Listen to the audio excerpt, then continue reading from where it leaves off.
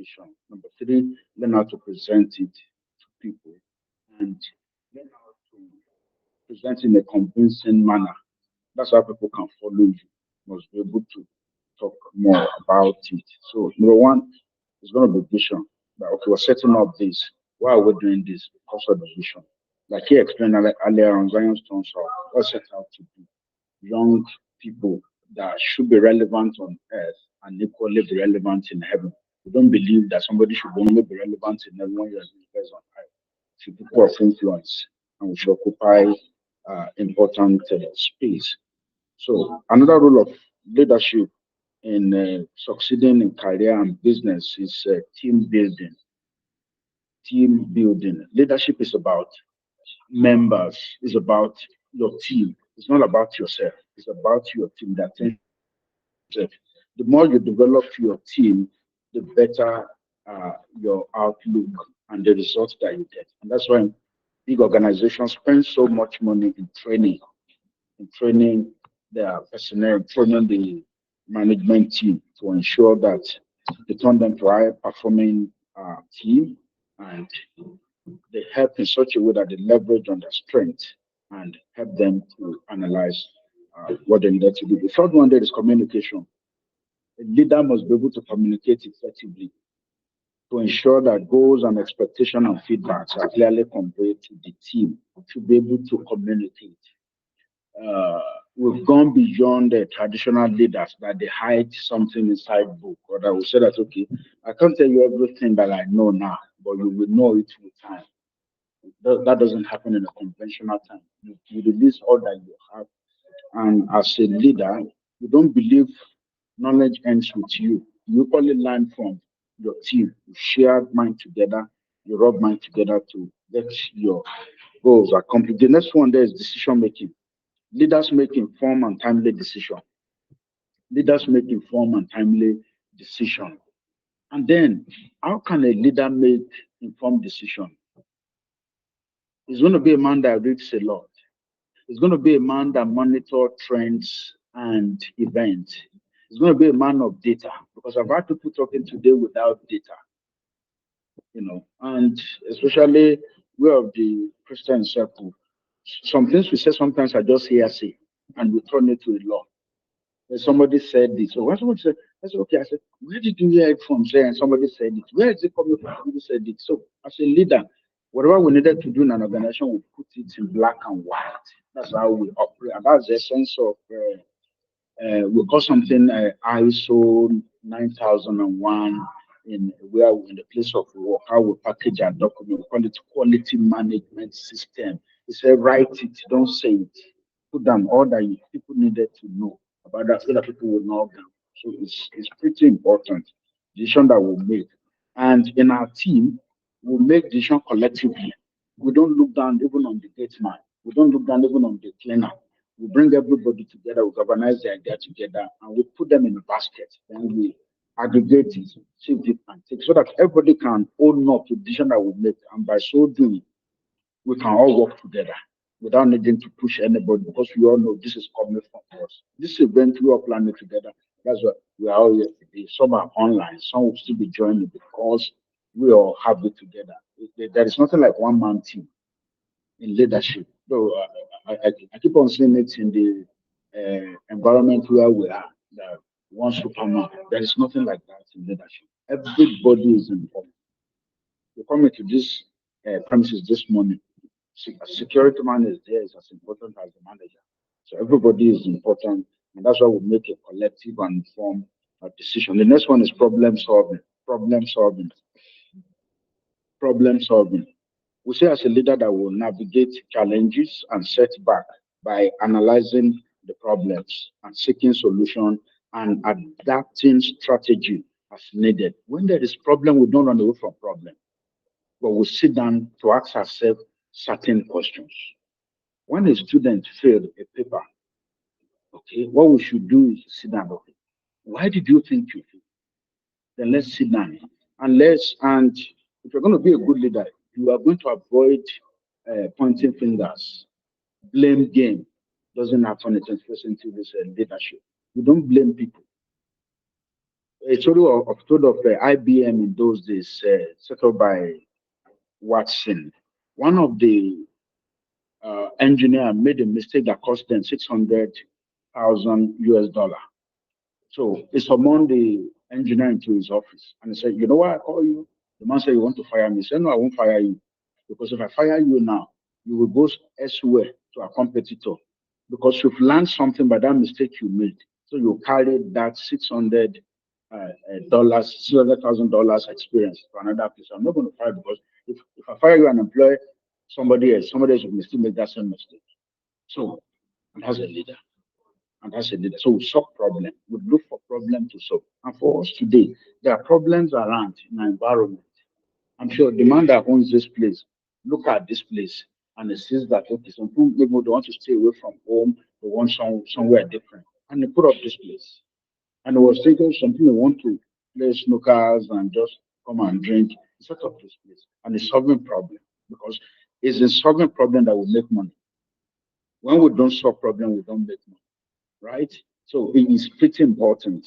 Anybody that will make money must solve problems. There are enormous problems to solve in our vicinity, in our neighborhood, in our environment. So we can solve problem and make it happen. The story was told of a young man after graduation and he wasn't getting job to come. So what he simply do in the estate, he has some friends who work to them. Since they are working class, Monday to Friday, they are busy. He said, I can help you do your shopping and we'll go to market, buy yam, buy beans, buy rice, package it, and return it to them. And we went on doing that. After a few months, he set up what we call errand. Maybe we send the buy errand. That's how I set it up. And from there, we can move from that place to another place. And like now that there's even serious business of Japan and the rest, a lot of them are over there and they want local food. So people are helping them to go to market, buy those things, package them properly, take it to the app, send it to them, and they make money from that one. So it's important. People that will make money think of solving problem. And as a leader, we are not running away from setback. We are not running away from challenges. We want to solve problems. Somebody asked Thomas Edison, why did you fail in 10,000 times? He said, no, he didn't fail. He only learned 9,099 way of how to do the job. So failure is not actually bad in its sense. And sometimes someone's even saying that sometimes there's even success in failure.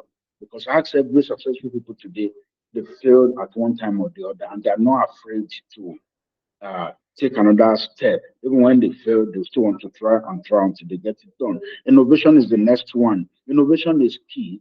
Innovation is important. In our world today, you see artificial intelligence driving into virtually every space. I was reading a report that artificial intelligence competed with medical students and was able to diagnose and solve that problem before then. Okay, and I think it was yesterday I was reading in the news that United Nations now they want to adopt artificial intelligence. So across, so this will come to stay. This will come to be. So when trends, because these are trends, when something like this is happening, as a leader in the business and career, you must align yourself. Don't stay back. Yeah, don't stay back. Align yourself. Learn whatever you needed to learn, so that by the time it happens, we didn't plan that COVID will happen, and COVID eventually came as a disruption, and more will still happen.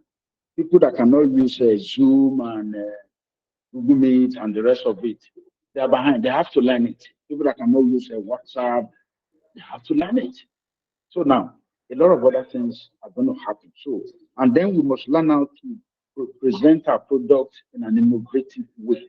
To present our product in an innovative way. Like I used to say humorously that when you go to all these fast food, maybe Chicken Republic or TFC or any of this one, what we're paying for is not actually the rice and the chicken because the rice and the chicken we know how much it is, But what we're paying for is the innovation around it. That somebody, has moved away from mama put to, an environment that decently built. You have flowers, you have some silent music, you have people attending to you. Those are innovation. And that's how we should even do our own stuff too. And I'm still waiting a day that gospel will be presented in a very innovative way. I have seen some, I've been some places that as you're coming in, you see some people welcoming you to the church, giving you a handshake and the rest. And you're pretty happy. Innovation. So is important. The next one is adaptability. Adaptability. As a leader to remain relevant, you must be able to adapt and be resilient in the face of change because change is the constant thing in our life that we need. Change is key. Change will always come. A week, 2 weeks ago, we had a disruption, especially on our internet. We had a disruption. We learned that the submarine cables, one of them were faulty, and the rest of it they had the issue. But I think one man has been ahead of his game. Elon Musk has been ahead of his game. People that are using Starlink in Nigeria, first in Nigeria, people that are using it, they didn't have that downtime when all those cable were happening because his own base is in the sky, so he's able to connect. So adaptability is don't do a catch up. Don't wait till you catch up. Some people pay to be ahead. Some of all these things are available. What we should use. We should embrace new technologies. We should embrace market trends, market news, business news, evolving industry landscape. So many things are coming up in the medical sector. Now, sickle cell, they have the drug now that they can use to treat. They have the drug that they can use. Malaria too, they're proposing some injection to use now that can just take and to just be fine, like the one we had for COVID-19. So all those are coming up. The next one is empowerment. Effective leaders empower their teams. They empower their teams. Unlike some of the business owners today, they said if I'm sending Messi out for training, if she come back and she may get job in another this is so therefore we're not going to send anybody for training. No, effective leaders we send them for training. Eventually it lives tomorrow, it's still fine. So we empower the team, we delegate authority. You don't say you're the only one that will do the whole job. You are the managing director, you are the CEO, you are the COO, then you are the chief finance officer. You're going to kill yourself. So we should delegate authority, trust them. If they make, allow them to, even if they make mistakes, show them what they've done. You can't do the whole work, except you're going to kill yourself. You can't do the whole work. So with the delegate authority, and it's not as if they only allow them to work. No, they allow them to take decision. They allow them to decide what to do. They allow them to make the budget. Okay, make your budget and let's debate your budget. So by so you train them, you help them, and if they're no longer with you tomorrow, they can stand on their own. Not as if you're only putting them there, you won't show them the nitty-gritty. You are hiding certain things from them. You know, that should not be the case. About them, provide support to enable others to reach their full potential. People that work with you as a business owner, all you needed to do is to help them to reach their full potential. It's important. Help them to reach their full potential. Then the next one is ethical leadership. Ethical leadership. Such people they uphold ethical standards and integrity because in every organization there's what we call values, core values. That's what we call rules and regulations. They're always there. We call it culture now. In the modern day, we call it every place has its own culture. Like in our banks now, you see the culture of bringing somebody that has been in the system, becoming the MD. We see the same thing with assets after the demise of Robert Woodward. Then this week also we saw a lady to imagine as the MD of Zenith Bank. Yes, Zenith Bank. She has been in the system. Though when I look at her profile, it's intimidating. She had a BSc, she in sociology, yes, in sociology, BSc in accounting, then first class in law, then masters, then now has a PhD and the rest. So at least suited the job. So again, it's another challenge to others. Don't wait for opportunity to come. Prepare for opportunity so that when opportunity comes, it means success, a prepared man. That should be ethical. We should not compromise the standard.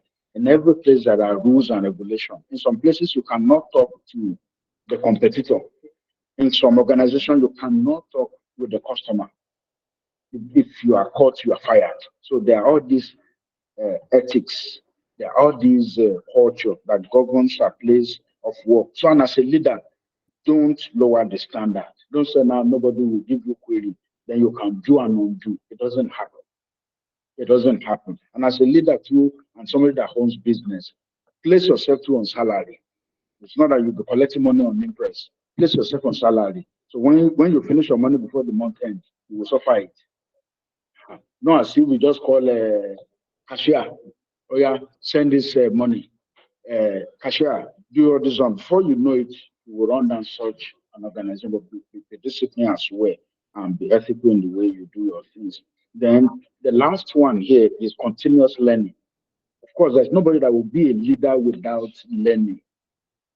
Okay, a perpetual learner is a continuous leader, and those are the kind of leaders we want to see. Africa is the way it is because there are no leaders that we can really present. Each time I see people speak, I think it was a speech Obama was giving for 45 minutes, he was just talking. And what he was saying was relevant. And I was asking myself, can my president talk like this for 45 minutes without looking at it? Because most of the speech you see them reading, there is a department in each government has, there's a department of scripture that writes script. There are people there that they pay, they write script. All those people you see them reading, they write it for them. So, and if you're going to be a different leader, then we need to work on it. The leaders will learn. The leaders will learn. I think it was J.W. Bush that hired a man. So he said you should check the trend in the last 100 years and bring up the volumes of the books. And they were tracing it. And based on that, they were making policies that they needed to make. No reactive policy. When this one happened, then we react. No. And then I learned about Awolowo too. I've been trying to read some of his books recently, some of his speeches. I learned that Awolowo too subjects himself to the likes of Professor Akema Babunja and the rest of them. In the evening, he will sit down with them and we'll be engaging them on the issue of economic, on the issue of policies. And that's how you as a leader you should do. We had opportunity, we have Lagos Business School here, like we discussed at that time. After your first degree, you work maybe like 1 or 2 years. If you're not doing another thing, go for MBA. Okay? Maybe you can do it in Lagos Business School, you can do it in University of Lagos. You can do it in Watson Education Center in the US and the rest of them. It is key because it will expose you to serious thing. I was reading the part biography of Nnamdi Ezeudu, the owner of a slot, where they sell all these type of phones now today. And they said when they started, at a point it saw that the business was not growing, the business was stagnant. So at that time, he enrolled in Lagos Business School. And after that 1 year, he know what to do. And what did they learn? The first thing they learned was most of the people that are working are family members, nephew, this. So when they came back, now I need to call them. How many of you want to settle them and remove them? And then and I brought in professional because majorly in Africa, why like 95% of business die in the first 10 years? In the first 10 years, 95% of business dies. And why was this so? Because there's a point you as a business owner will get to. You have to give way for professional to run it, not you anymore. Can't continue. But by the time we hold on to it, it's a family business. We do all this, then eventually you know it will go down. And of course, today we say, how many family business do we know? Where is the popular MK Abiola then? With all the business happening, Abiola was everywhere, was in immigration, was in oil and gas, was in agri, was in sport, was in telecommunication. Where are all those things today? Went down. So it's important. Your business, you get to certain point, you give way, allow professional to run it. But some of us will be afraid that and if I bring in these people now, they will take the business away from me. No, set it properly. Set it properly. This lady that became a GMD of First Bank, the man that set up Zenith Bank, Jim Ovia, is still the chairman. Tony Lumelu set up a Standard Trust Bank. But because Standard actually acquired UBA then, UBA was not strong. But because of the name, the brand name, they leave the name. But the logo that you see with UBA today is Standard Trust Bank logo, like S. So, and who is the chairman today? Tony Lumelu. So, and you see the movement is doing that. Is also the owner of Airs Holdings. Through Airs Holdings, he acquire OML, 14 oil and gas, into oil and gas. Is the chairman of Transcorp Eating. Through Transcorp now, they acquire Afam Power, call it Transcorp Power. That's one they just listed on stock exchange. And within 2 days, 3 days, the shares has really moved up. So these are things. These are things. Otedola owns Gerebu Power, and that's why it bounced back again to Forbes list in Africa. It could make so much money. That they gave the Lagos State Security Fund, they gave them 1 billion naira. He was invited to university, said, okay, you are our chancellors. How many students do you have? 675 students. They give all of them 1 million each. Yeah, so people are doing a whole lot. So that's why we must and we should be able to learn. Then when we're learning should be relevant. Unfortunately, today, most of our education are not relevant. Some of us that are working, you will tell me, it's not what you learn in school that you're doing. Most of the things you're doing at place of work today, you didn't even hear of them when you were in school. So and that's why it's important. Because after school, that you go to place, and that's why all these companies, they're setting up. Why do you think they set up graduate training? They set up graduate training because they see that where you're coming from is not there at all. So they now need to start putting the finishing to eat and and the rest of it before you can now really move on. But it's good if we can read as much as we can, ask questions, get some of this material. Materials are available online. There's virtually nothing you want that you won't get online. You know, you can ask questions and you can. So as a leader must be committed to reading because the level of your learning will determine the level of your impact. Okay, and as important as it may be, your followers cannot be more than you. They cannot be more than because you're the one that's feeding them. They cannot be more than you. So when you stop learning, it's going to affect your followers as well. So it's important that as a leader, we prioritize personal and professional development. You learn for yourself, you learn for your work, then seeking opportunity to learn and grow, which enhance the ability to lead effectively is important. Personal learning, professional learning is key. Overall, leadership is instrumental in navigating complexities of careers and businesses because there are complexities. There are a lot of complexities. And some of those complexities are not actually bad. They are to toughen us to make a better decision. Not actually bad. Some of the places that we consider as end, they are not actually end. They're just a bend. So it is key as a leader, self-development. Abraham Lincoln said, the day you stop learning, the day you stop learning, that's the day you start dying. So it's key. If you're a pastor, if you're going to see a healthy church, check the leader is a learner.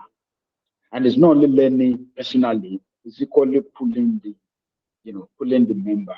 A pastor was sharing his own story that at a point when the church started, the church was not good.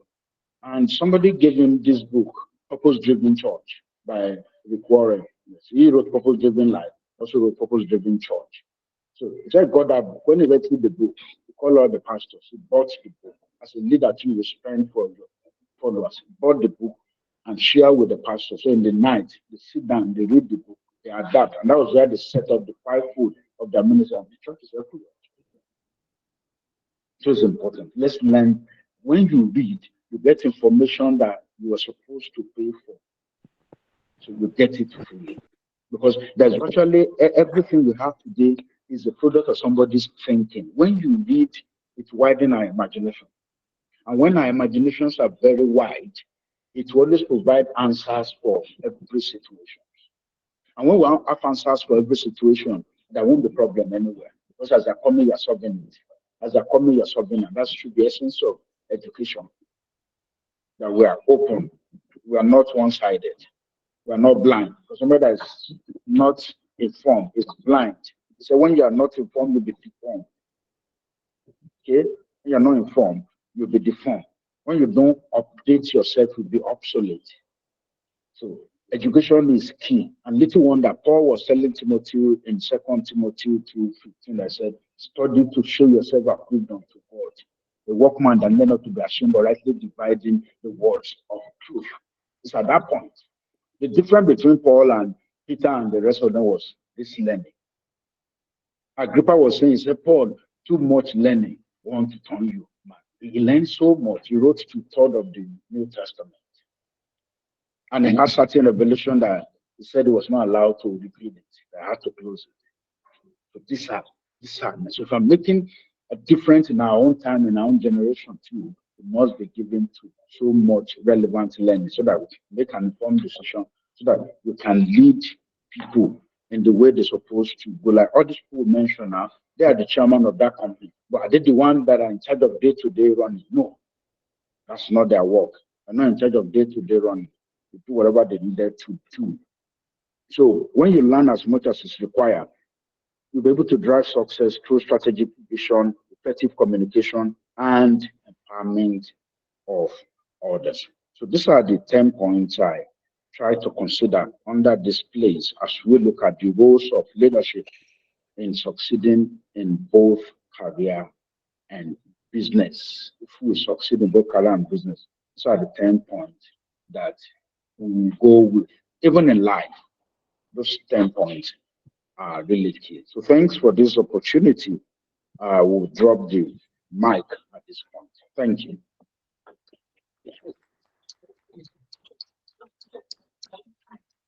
All right. Good afternoon, everybody. Are we now? Good afternoon, everybody. Good afternoon.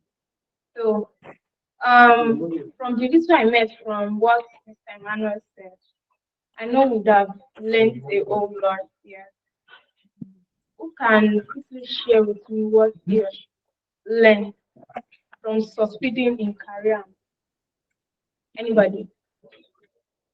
Should I call? Should I point? Even if it is 1 point, you can at least know that it follows through. Success succeeding in career. Should I point?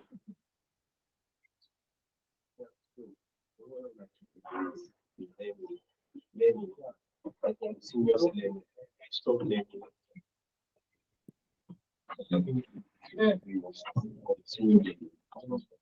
Learning is lifelong. Thank you so much. What? See, that must communicate with other members of the other team, other members of the team, so as to achieve a common goal. Problem solving. Problem solving. Thank you so much. So for me, the key takeaway, you mentioned about vision, Okay. knowing how to communicate your vision, and also have a way of presenting it convincingly. That vision. Thank you so much. I can see that we learned one or two. Also, from the little I heard, he said we should prioritize personal and professional development. He also said that it is the level of your learning that will determine those that follow you. It is the level of your learning that will determine how far they also will go. He also talked about self-development. If you don't develop yourself, like he said, you will die. You will be backward. You will not even be among the evolution of the world and all. He also said you should read so you will get information you are supposed to pay for. He said all this information we have acquired, all this information out there, are information that it is not new. It is from somebody.